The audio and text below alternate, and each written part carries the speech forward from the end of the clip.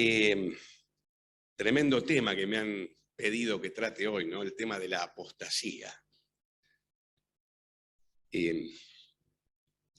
Y para colmo, 2 domingos seguidos van a, van a tener que tolerarme. La idea es hoy hacer referencia a la apostasía en el ámbito de la cristiandad, en el ámbito de la iglesia. Y la próxima, el próximo domingo, Dios mediante, hablar sobre la apostasía en el mundo, la gran apostasía del mundo que describe 2 Tesalonicenses capítulo 2. Así que empecemos, vamos a tratar de hacerlo lo más breve posible, aunque va a ser un poquito, voy a tener que hacer un esfuerzo. Y vamos a leer, en primer lugar, en Hechos de los Apóstoles, el capítulo 20. Aquí el apóstol Pablo se está despidiendo de los hermanos de Mileto, y en el versículo 29 ya dice, en esa época, de modo que tengamos presente que esto no es nuevo. Dice allí en Hechos 20, 29. Hechos 20, 29. Estoy un poquito flojo de la voz, como podrán notar, pero espero que el Señor me ayude para poder expresarme bien en toda la exposición. Dice así: porque yo sé que después de mi partida entrarán en medio de vosotros lobos rapaces, que no perdonarán al rebaño, y de vosotros mismos se levantarán hombres que hablen cosas perversas para arrastrar tras sí a los discípulos. Por tanto, velad. Vamos a leer hasta ahí nada más. Una tremenda advertencia que hace el apóstol Pablo. Es un gran misterio, cómo estando en vida aún los apóstoles estaba este problema de la apostasía, de la desviación doctrinal. Y si pensamos en apostasía, no puede no venir a nuestra mente el libro que por excelencia trata este tema, que es la Epístola de Judas, esa carta tan breve, tan sustanciosa, que está casi al final de la Biblia, antes de Apocalipsis, la Epístola de Judas. Se ha dicho que la historia bíblica comienza con Hechos de los Apóstoles. Ahí comienza la historia de la Iglesia. Y podríamos decir que termina, porque es el último libro antes de Apocalipsis, con esta epístola de Judas, que bien podría ser llamada Hechos de los Apóstatas.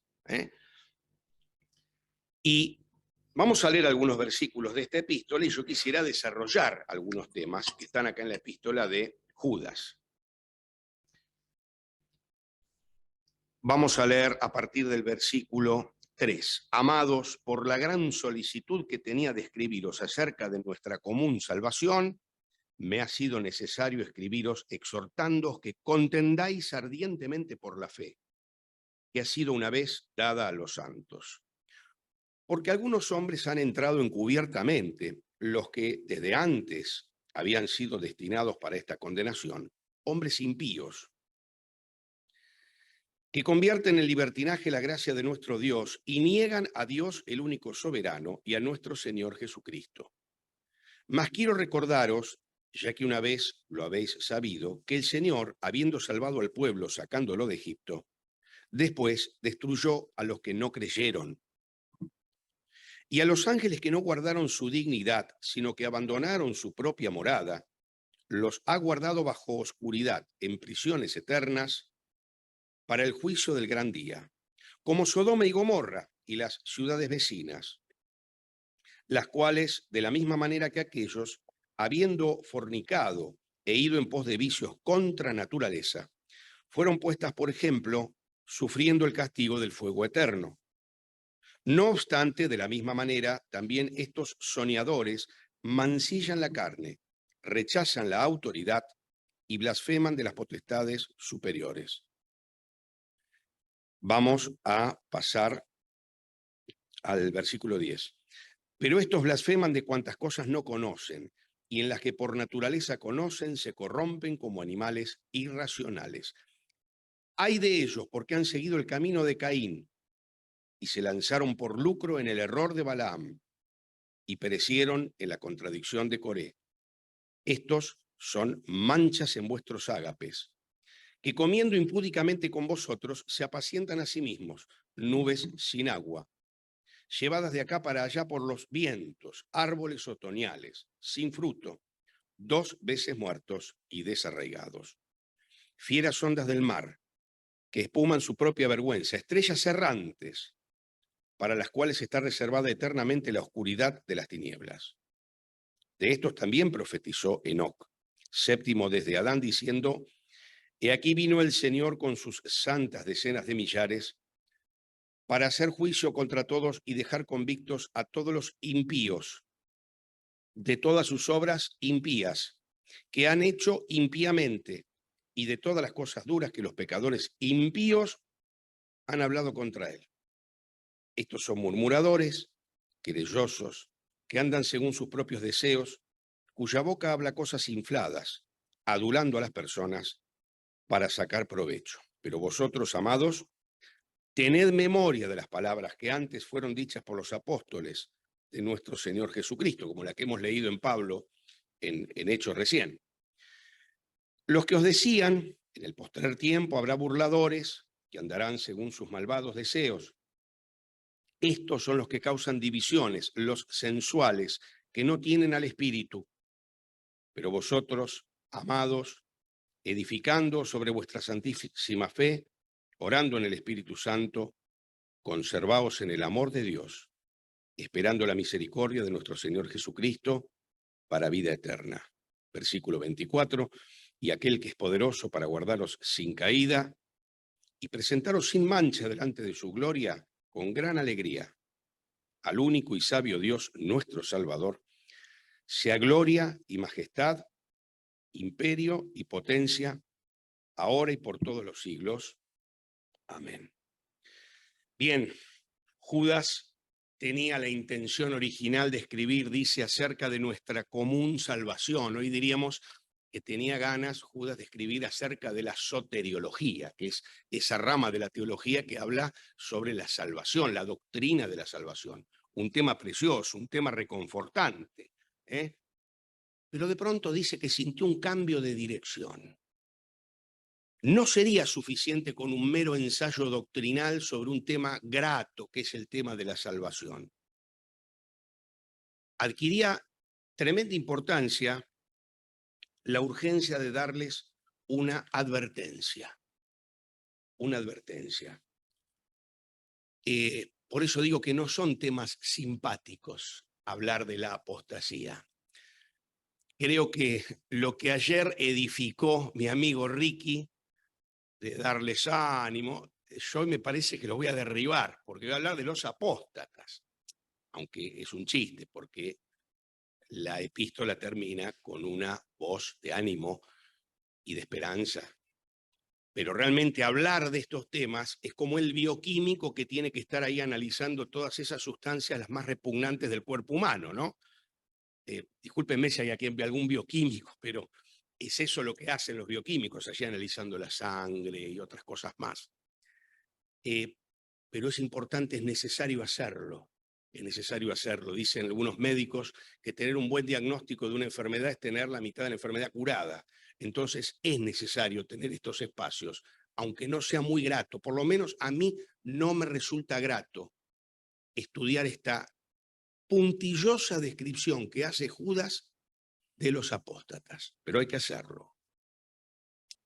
Como decíamos, el apóstol Pablo ya lo advertía, y Lucas, a partir del versículo 4, comienza a hacer esta completísima descripción de los falsos maestros, un verdadero identikit de los falsos maestros para que sepamos identificarlos y para que no caigamos en ninguna de sus trampas. Hay muchas, yo tengo ahí un PowerPoint, me dijeron que me iban a dar un artefacto para ir pasando las diapositivas, pero tal vez lo querés hacer vos, no sé. Pasa que yo voy a saltear unas cuantas, porque si no se hace muy largo. ¿Tenés? Gracias.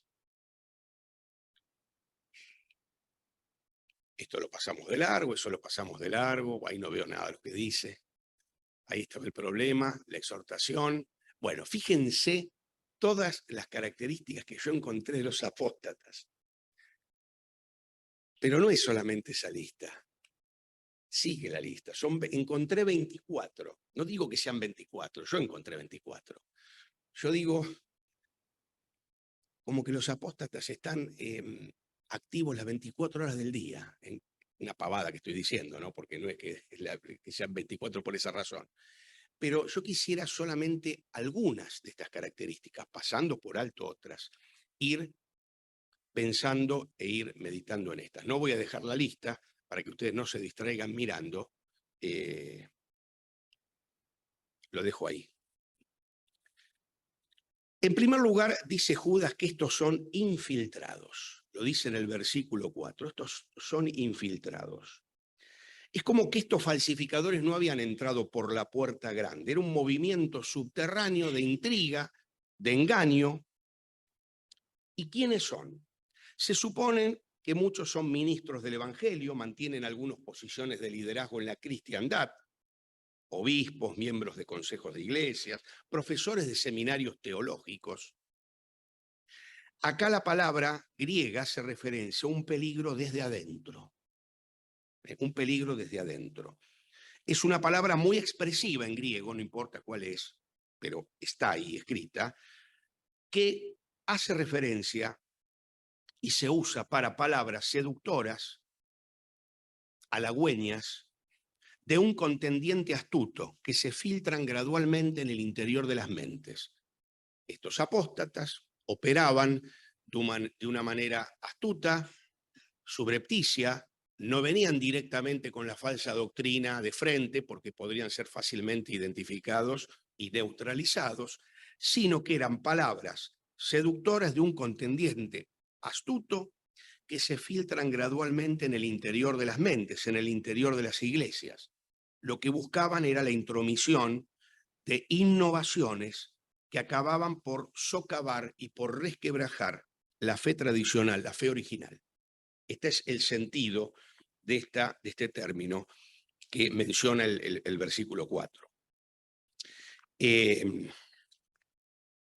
En segundo lugar, me autocensuro de seguir porque si no me voy a extenderme mucho, dice que estas personas estaban condenadas de antemano. ¿Esto qué quiere decir? Que no se trataba de que los falsos maestros se habían condenado por enseñar errores. No, enseñaban errores porque ya estaban condenados, evidentemente no eran salvos.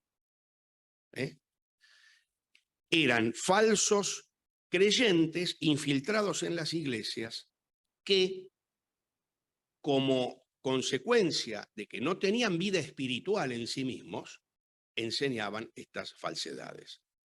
En tercer lugar, dice el versículo 4 que estos tenían una conducta depravada. Yo he puesto una palabra que ahí dice, ¿puede ser que diga? No, perdón. Antinomianos, ¿alguien encuentra esa palabra? Me parece leerla. De ahí la tercera. Bien, perfecto. Antinomianos. Fíjate qué palabra rara encontré. No, no la inventé yo, ni es rara tampoco. Nosotros conocemos mucho la herejía del legalismo. Los judaizantes eran los legalistas, los judaizantes. ¿Quiénes eran los legalistas, los judaizantes?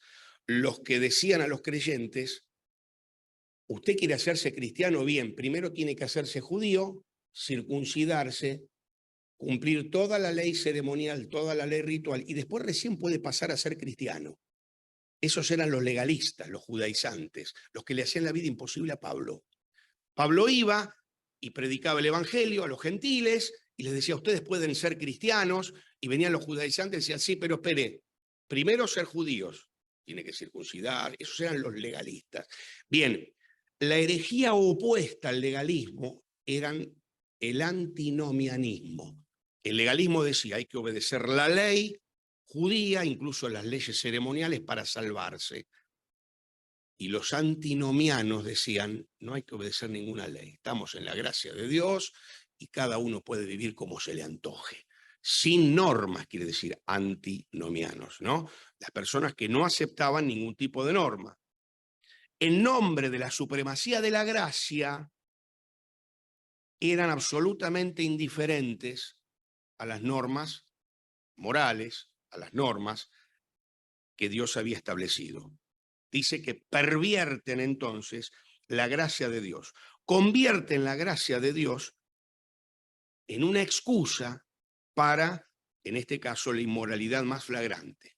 Es como que la gracia de Dios era una especie de plataforma, una base para que ellos pudieran tener vidas inmorales, contrarias a la voluntad de Dios. Entonces, esta era otra de las características. Pero esta característica de antinomianismo tiene relación con otra que está en este versículo 4, que era una corrompida doctrina, porque la doctrina y la práctica están íntimamente ligadas.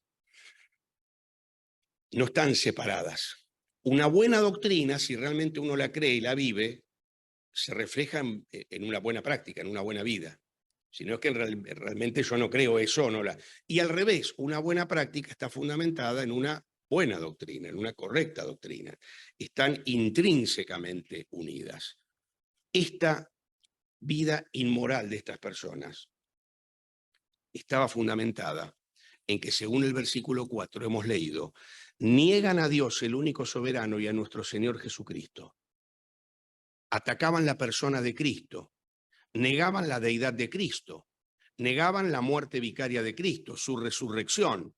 Es decir, negaban todas aquellas doctrinas esenciales acerca de la persona y la obra de Cristo.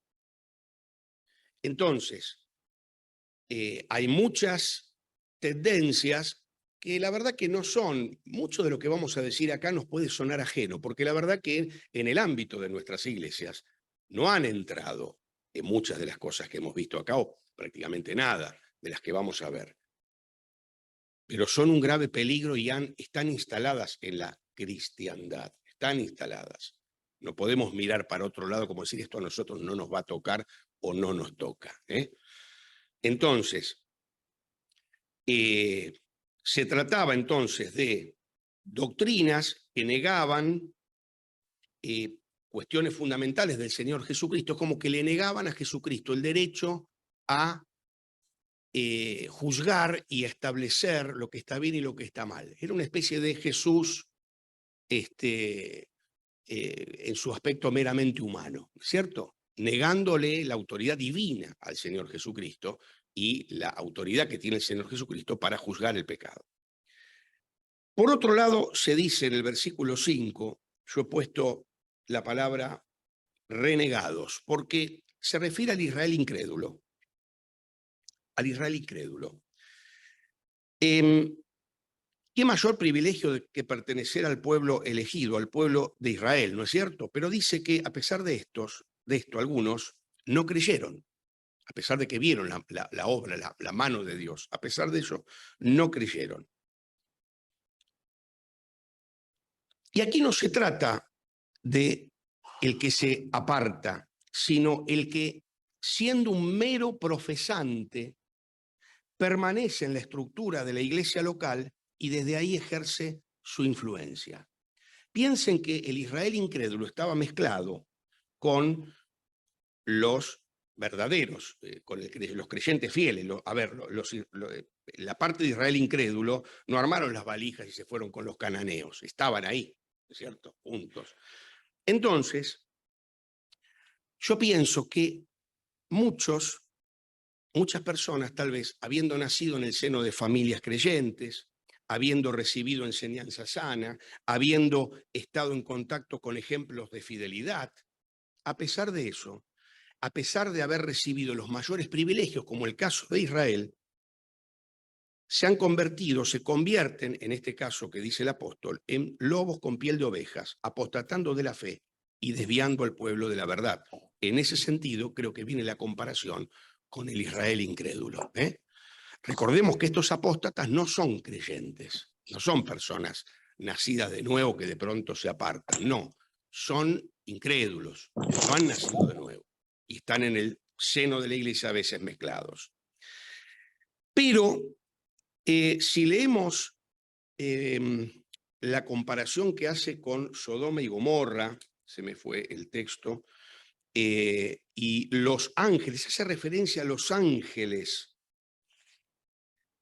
que vinieron a la tierra, estamos en el versículo 6, ángeles que vinieron a la tierra y se unieron carnalmente con las hijas de los hombres. Por lo menos esa es una de las posibles interpretaciones, la más antigua, la más tradicional, la que le dan los mismos judíos al texto.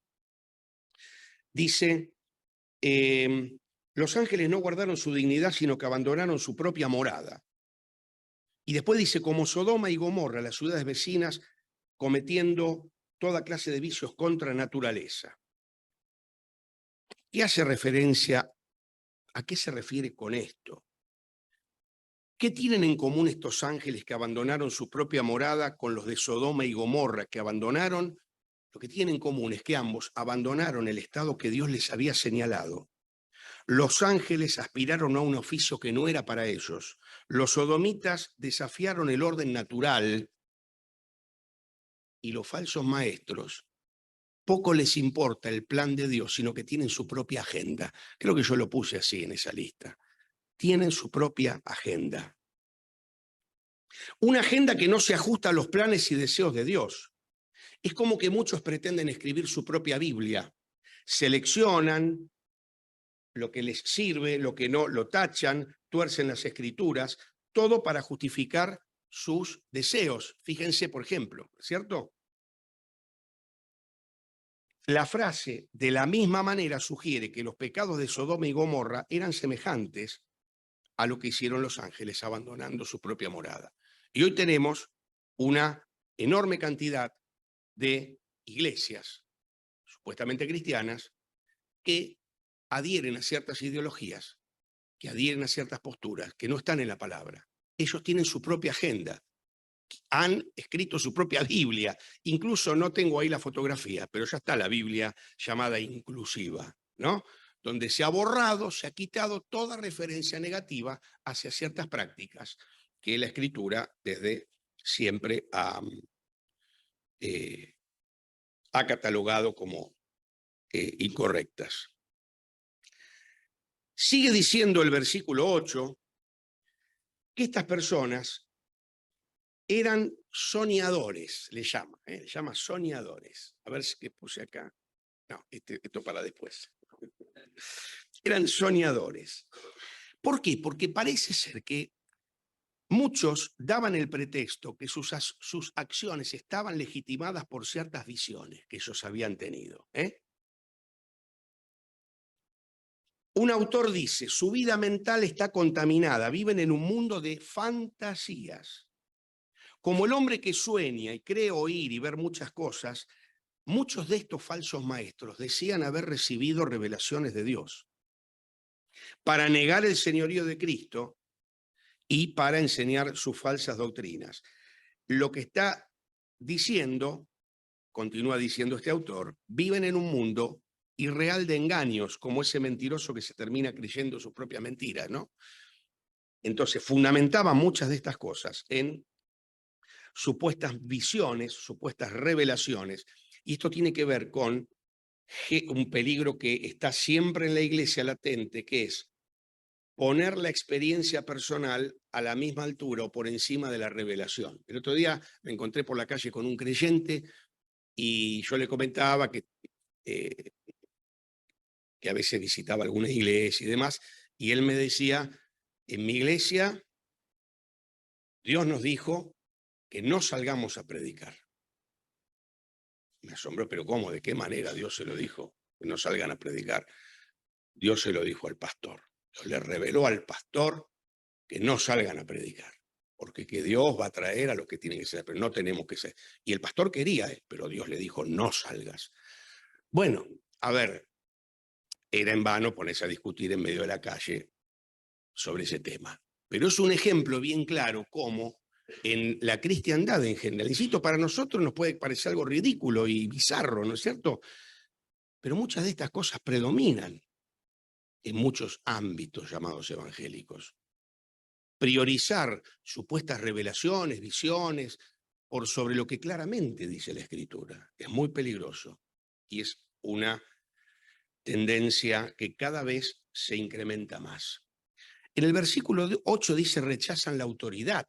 Estos falsos maestros yo los he calificado de subversivos, porque quieren subvertir el orden en las iglesias, ¿no es cierto? Estos falsos maestros rechazan la autoridad de Jesucristo, pero también rechazaban la autoridad de los pastores, los ancianos, de las iglesias locales. No solo preferían el error a la verdad, sino que también rechazaban a quienes les enseñaban la verdad. Por eso que lo menciona el ejemplo de Coré en el versículo 11. ¿Quién era Coré? Coré era un levita que estaba muy enojado y se resentía de la autoridad, de la posición prominente de Moisés y de Aarón como representantes de Dios. Claro, el Señor trajo un tremendo juicio sobre esa persona. Proponen la rebelión y la anarquía en las iglesias. Coré quería ejercer una función a la que no tenía ningún derecho. Representa a aquel que se niega a aceptar la autoridad y desafía la legítima autoridad en la iglesia. Esto lo salteamos, perdónenme. Y en el versículo 10 dice, directamente los califica de carnales. ¿Qué quiere decir carnales? Personas que al no tener vida espiritual critican o rechazan toda iniciativa espiritual que pueda haber en una iglesia. Dice, critican, se oponen a lo que no entienden, dice, porque no tienen discernimiento espiritual. Toda persona espiritual, toda iniciativa espiritual iba a ser objeto de una furiosa crítica de parte de estas personas. El hombre natural no percibe las cosas que son del Espíritu de Dios. Ciegos espirituales no tienen discernimiento espiritual, despreciando las realidades espirituales. Por eso es que Judas describe a estas personas que no teniendo discernimiento espiritual, las cosas de la carne son las únicas que cuentan. Entonces a veces surgen toda una serie en algunas iglesias, toda una serie de estrategias para el funcionamiento de la iglesia o para la evangelización meramente carnales, que se basan solo en los recursos puramente humanos. Por ejemplo, técnicas que tienen que ver con el manejo de las empresas y demás traídas a la iglesia, aplicadas como si ahí estuviera la confianza que la iglesia va a funcionar bien, como si fuera una organización, una ONG. Y esto está muy de moda en muchos lugares. Acá dice, cuidado, la iglesia se dirige, se mantiene con un poder sobrenatural y con criterios espirituales que tienen que ver con la enseñanza de la palabra, con manifestar amor a las personas, con predicar el mensaje del evangelio, y estos son los recursos espirituales que Dios, la oración que Dios ha provisto. Como estas personas predicaban un falso evangelio, se les llama, en el versículo 11, se los compara con Caín, homicidas, porque el que predica un falso evangelio o el que no predica directamente el evangelio es responsable de la muerte espiritual de las personas, de los que se pierden. Pero en el versículo 11 también habla de codiciosos. Ahora sí viene la imagen esta. Codiciosos. Cita a Balaam. A Balaam. Balaam representa al hombre codicioso, el hombre que está dispuesto a pecar con tal de obtener algún beneficio material. Entonces, este Balaam representa también al que es culpable de uno de los más grandes de los pecados, que es el de enseñar a otros a pecar. Balaam, bueno, no voy a contar ahora la historia, después fíjense ustedes. Judas entonces declara que estos falsos maestros están dispuestos a cualquier cosa por una ganancia material, aún enseñar a otros a pecar. ¿Y esto qué? ¿Cómo se refleja hoy por hoy en esto? Indudablemente, ustedes lo deben conocer. La cristiandad, las iglesias llamadas evangélicas cristianas, están plagadas de este mensaje del Evangelio de la Prosperidad. Están plagadas. Donde el mensaje que se da es, ponga tanto, Dios le va a dar tanto, un evangelio falso que explota la codicia de los que todos los seres humanos podemos ser y podemos estar expuestos y podemos tener debilidad. Entonces, ¿cómo se enseña a pecar? Bien, predicando un evangelio de la avaricia, del egoísmo, el evangelio de la prosperidad. Sería largo hablar de esto, pero ustedes más o menos entiendo que deben saber a qué se refiere. Donde hace no mucho tiempo yo escuchaba a un famoso, creo que es cantante cristiano, y decía que él le enseñaba a su hijo, el mensaje que le daba a su hijo, que él tenía que hacerse millonario, ¿no? Que la voluntad de Dios era que él sea millonario, y esa era la voluntad de Dios para su vida. Bueno, me quedé asombrado, no sé dónde está eso en la Biblia, pero es un mensaje bastante difundido, cuidado con esto. En el versículo 12 dice, habla de manchas en vuestros ágapes. Difícil de traducir esta frase, difícil de traducir. En realidad podría traducirse como ocultas, fíjese que nada que ver, ¿no? Pero tal vez sería la mejor traducción. Ocultas rocas marinas, rocas semisumergidas que hacen naufragar a los barcos. ¿Vieron? Van los barcos, están esas rocas semisumergidas que, no las ve, que alguien no las ve, los navegantes se las llevan por delante. Y nos está enseñando con esto que podría traducirse como escollos, manchas en vuestros zapatos, escollos que hacen naufragar la fe. Dijimos que se habían infiltrado, introducido solapadamente en la membresía de las iglesias locales. Ahora nos está mostrando Judas el resultado de este accionar. ¿Cuál es el resultado? Destruir la fe de los creyentes, que por su mala enseñanza y su mal testimonio, muchos terminan naufragando en la fe. Rocas semisumergidas que hacen naufragar a las embarcaciones. Muchos terminan desilusionados, tristes, se terminan apartando de la fe como efecto de estos falsos maestros. Esto también es un efecto deleterio. En el versículo, salteo 2 o 3, 12, hace referencia a nubes sin agua. Tremendas las metáforas que usa aquí Judas, tremenda. Judas dice nubes sin agua. ¿A qué se refiere? Algo que es engañoso en extremo, algo que da expectativas, genera expectativas. Los incautos ponen en ellos su esperanza, pero que finalmente se ven defraudados. El que promete y no cumple, esa es la nube sin agua. Esas personas que son compradores, carismáticos, te prometen el oro y el moro, te convencen y después finalmente terminan siendo defraudadores. Todas estas vivas metáforas que usa Judas pintan muy bien a estos hombres, a estas personas que bajo hermosas apariencias, seductoras promesas, ocultan su nulidad. Un autor dice, solo reservan a las almas amargas decepciones.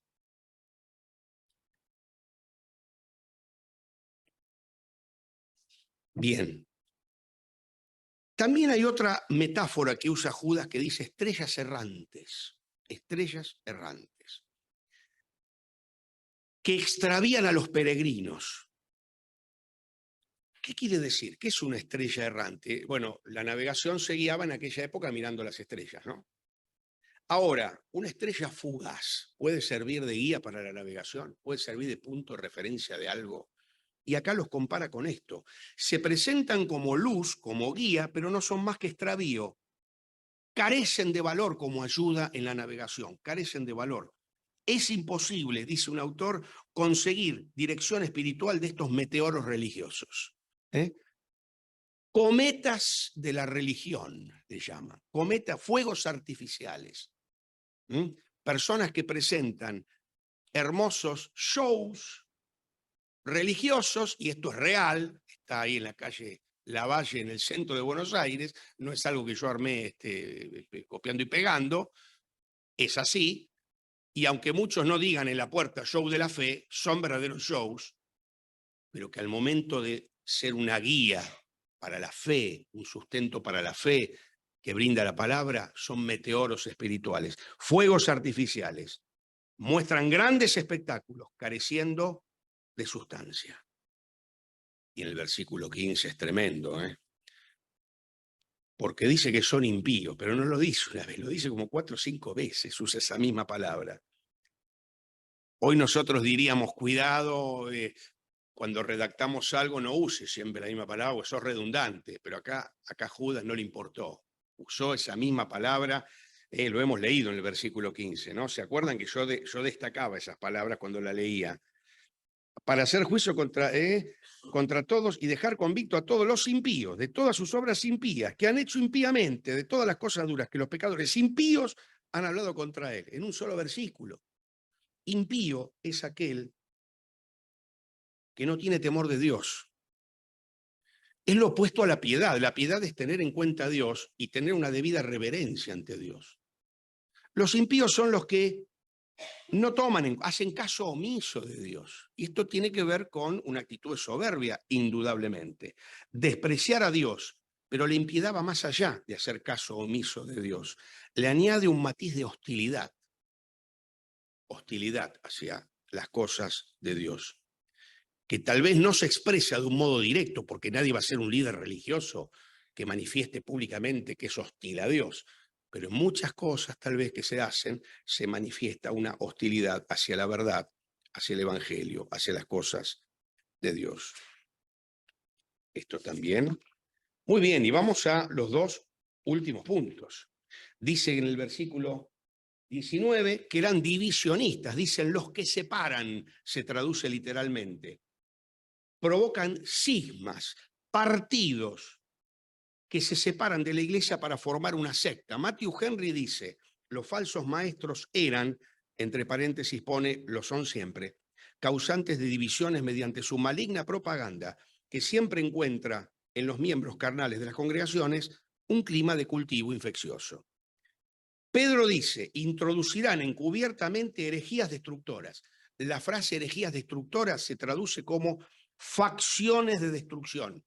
Facciones de destrucción. Y Barclay tiene una excelente reflexión, porque él es un comentarista que hace un análisis histórico muy, muy exhaustivo del texto, y él dice, dividían a las personas en 2 categorías, psiquicoi y pneumaticoi, no importa, esa es la palabra griega, pero no. Lo que quiero decir, unos eran los carnales, los que no tenían una verdadera experiencia espiritual, y los otros eran los espirituales, los que sí habían tenido una experiencia real, espiritual real, los iluminados de algún modo, ¿no? Dividían entre esos 2. Claro, hay muchas divisiones en las iglesias, sigue diciendo este autor, que responden al mismo patrón. Los divisionistas, creyendo haber recibido algún tipo de renovación espiritual y calificando a los demás como carnales, como ciegos, con desprecio, procuran la división. Judas aborda el tema con notable inteligencia, diciéndoles a los divisionistas supuestamente espirituales, son ustedes los carnales, son ustedes los dominados por nulos deseos, son ustedes los que no tienen al Espíritu ni un conocimiento real, ni una experiencia real de Dios. Y la última, no es la última, pero la última que voy a tratar yo, dice burladores. Tremendo, esta la dejé para lo último, pero es muy significativo, porque esta soberbia que caracterizaba a los falsos maestros llevaba muchas veces a considerar a otros creyentes, tal vez sujetos a las normas tradicionales o a los principios bíblicos, como anticuados, pasados de moda. Hay un epíteto predilecto hoy con que burlonamente se califica a algunas personas, que es de cerrados. Vaya a saber por qué se ocurre esta palabra, ¿no? Cerrados. Una de las principales tácticas para derribar a los líderes piadosos y ganar adeptos era la de la burla, la de la ironía, la de las miradas cómplices, como diciendo esto, ¿no? Uno siempre escucha esto también, o por lo menos yo he escuchado mucho. las sonrisas socarronas, el desprecio, la descalificación a través de la burla. Los falsos maestros usaban mucho esta estrategia, descalificar a través de la burla, burladores. Hermanos, no hace falta que seamos falsos maestros. Yo a veces me he sentido identificado con esto, porque yo más de una vez me he burlado de personas. No hace falta ser un falso maestro. Hermanos queridos, huyamos de este verdadero cáncer de la burla, que busca descalificar a la vez de ganar simpatías. Mirá qué piola que es. Es la herramienta predilecta que hoy esgrime el mundo contra los verdaderos creyentes. La burla, la ridiculización. Hoy ya no hay, por lo menos en nuestros países, sé que en otros lugares sí, pero hoy tal vez no vemos nosotros persecuciones cruentas, por lo menos acá en la Argentina. Hoy es la burla, el desprecio, la descalificación, la que hace que nos avergoncemos del Señor. Lejos esté de nosotros emplear esta misma actitud dentro de la iglesia contra nuestros propios hermanos. Saquemos y erradiquemos definitivamente toda actitud burlona, despreciativa. Y les digo, y les vuelvo a decir, hermanos, que lo digo en primer lugar por mí, porque yo en alguna oportunidad he caído en esta actitud. Pero Judas termina de una manera hermosa su epístola, aparte de la hermosa doxología. Deja ahora a los apóstatas y pasa al papel de nosotros, de los creyentes, frente a esto. Porque ha hecho una descripción, y como ya les digo, esto no lo vamos a ver, esto tal vez sí. Y en primer lugar, Judas les recuerda a los creyentes que han sido advertidos del peligro en el pasado, que no se lo tienen que tomar como, hoy esto qué pasa, ¿no? Que han sido advertidos. Que hay que ser cauteloso, pero sin abrumarse, ya que la obra de Dios está atacada por los falsos maestros desde el comienzo de la historia y fue claramente anunciada. No se sorprendan, no se escandalicen. Sí, luchen, contiendan ardientemente por la fe. Y la palabra es agonía, ¿no? Contender ardientemente por la fe. Pero tampoco sientan como que esto es algo de dónde salió. Ya fue anunciado. En segundo lugar, los alienta a mantenerse en una buena condición espiritual. Porque para estar inmunizados, ninguna iglesia, ningún creyente está inmunizado contra los engaños del enemigo, pero una manera de evitarlo es mantenernos en una condición espiritual fuerte. Y da 4 consejos. En primer lugar, dice, edificados sobre vuestra santísima fe. ¿Esto cómo se logra? Lo que estamos haciendo nosotros hoy, que abrimos un libro de la Biblia y lo analizamos versículo por versículo. Y lo que seguramente ustedes hacen todo el tiempo, estudiando la palabra, meditando la palabra, incorporando la palabra a nuestra mente. Dicen que, no me acuerdo en dónde, ni me acuerdo quién lo contó, pero escuché que las personas que trabajan en no sé qué banco, para poder detectar los billetes falsos, se les enseña a estar muy familiarizados con los verdaderos. Entonces, enseguida que aparece uno falso, lo identifican. Si nosotros estamos muy familiarizados con la verdad de la palabra de Dios, leyendo, estudiando, meditando, memorizando la palabra, no nos va a ser difícil detectar los errores. Entonces, es un primer paso. La familiaridad constante con la palabra de Dios nos permite escapar de las influencias del error. Y para eso es muy importante instruirnos en la verdad de la palabra. En segundo lugar, dice, orando en el Espíritu Santo. ¿Esto qué quiere decir? Guiados por el Espíritu, en conformidad con la voluntad de Dios. La esencia de la fortaleza espiritual es que tengamos conciencia de nuestra total dependencia de Dios.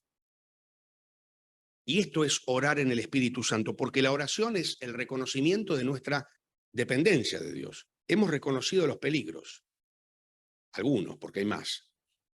Ahora tenemos que reconocer que para ser librados de esos peligros tenemos que estar en dependencia absoluta de Dios, orando en el Espíritu Santo. Conservarse en el amor de Dios, dice en tercer lugar. Aquí el amor de Dios podría compararse al resplandor del sol. Claro, el sol está siempre resplandeciendo. Pero cuando algo se interpone entre el sol y nosotros, el sol, esa luz, ese calor, no nos llega. Y a veces nos puede pasar esto. Dios está siempre ahí, su amor está siempre sobre nosotros. Pero puede ser que por nuestro pecado, por alguna circunstancia de nuestra vida, pongamos algo que interfiere. Por eso dice, consérvense en el amor de Dios. Que nada se interponga entre Dios y su amor y nosotros. Que podamos siempre estar gozando en la práctica de ese amor de Dios que siempre está. Y podemos conservarnos en ese amor guardando nuestra comunión. Lo mejor que tenemos es nuestra comunión con Dios. Y nuestros pecados interrumpen esa comunión. Los pecados no interrumpen la relación con Dios, porque no dejamos de ser hijos. Cuando su hijo comete una macana, usted no va al registro civil y lo tacha, ya no es más mi hijo. Dios, cuando nosotros cometemos pecado, no nos borra del libro de la vida, no dejamos de ser hijos de Dios, pero perdemos la comunión, porque la comunión con Dios es un hilo bastante delgado. Nuestro pecado la interrumpe. Y cuando estamos fuera de la comunión con Dios, estamos expuestos a toda clase de peligros y riesgos. Por eso es importante conservarnos en comunión con Dios a través de vidas de piedad, de santidad. El secreto reside en no dejar que nada se interponga entre Dios y nosotros. ¿Cometiste un pecado? Siempre nos pasa. El diablo quiere que pasen tiempo, días, a veces sin que nos reconciliemos con Dios. Dios quiere, cometiste un pecado, ahí Mariano se alejó, se fue un poquito de ahí, Dios está a la expectativa.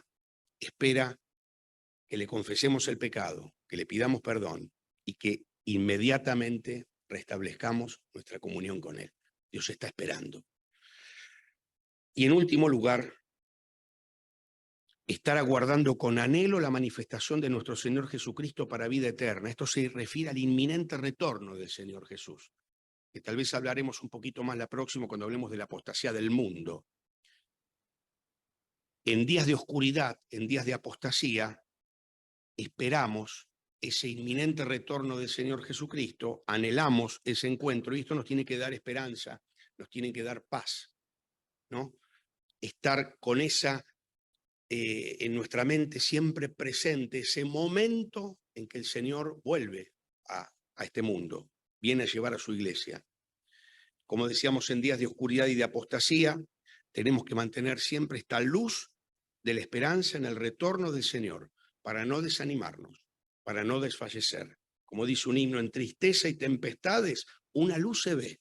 Es de Cristo la promesa, pronto volveré. Y esto es para nosotros un consuelo. Y nos da ánimo, de modo que podamos terminar con esta voz de alabanza y de adoración en nuestros labios, que es la preciosa doxología con la que Judas termina esta carta bastante sombría, no lo vamos a negar. Y aquel que es poderoso para guardaros sin caída. Porque es cierto, los lectores de Judas podían sentirse abrumados con toda esta descripción detallada de todas estas, de estos peligros, de estas amenazas. Pero aquel que es poderoso para guardar a su iglesia, a cada uno de nosotros sin caída, y presentarnos sin mancha delante de su gloria con gran alegría al único y sabio Dios, nuestro Salvador. Sea gloria y majestad, imperio y potencia, ahora y por todos los siglos. Amén.